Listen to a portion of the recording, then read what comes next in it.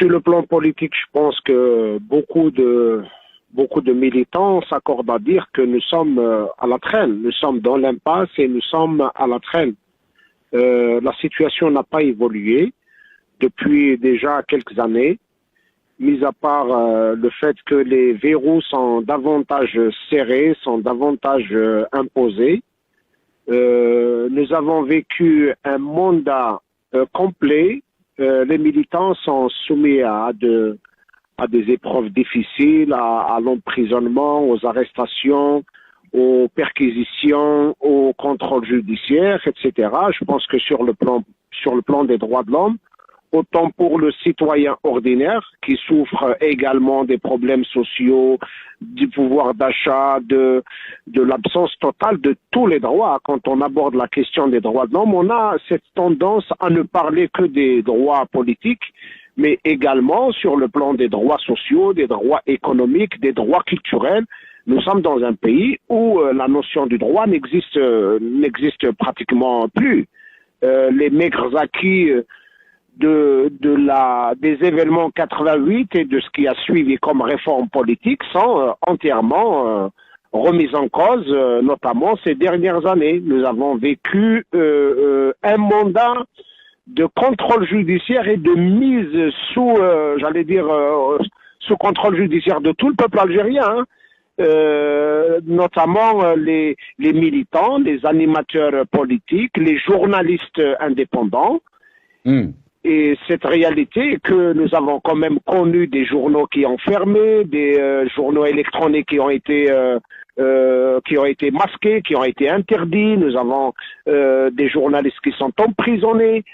Donc la situation des droits de l'homme suit également la situation politique. Lorsque vous avez des dirigeants incapables de se sortir justement de la logique de violence, de la logique de tout contrôler par les seuls instruments de répression et de l'instrumentalisation de la justice, ils vont de pair la répression, le blocage politique. C'est la caractéristique de la situation que vit le pays. On a vu, vous avez publié cette semaine, Karim Tabou, donc une photo de Maître Saliha Al-Wash. On va regarder cette photo, bien sûr. Vous lui avez rendu visite. C'est une avocate très connue, donc qui défend les militants du Hirak, les militants aussi des droits de l'homme, les militants politiques.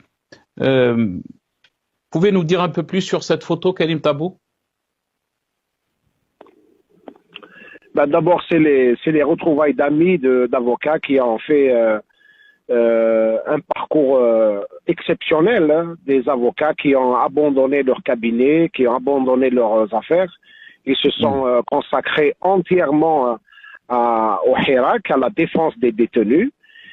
Et le cas, c'est Saliha. Saliha, c'est une avocate au barreau de Tizi qui est malade, qui a besoin de notre solidarité, qui a besoin de la solidarité de la corporation, mais également des militants. Elle a doublement besoin d'abord d'un soutien moral, d'un réconfort moral, de la solidarité militante, mais également elle a besoin d'un effort militant, notamment sur le plan des moyens, pour qu'elle se soigne. Elle a une maladie qui demande des soins lourds, donc les militants s'ils arrivent à faire un effort, ce sera une bonne chose.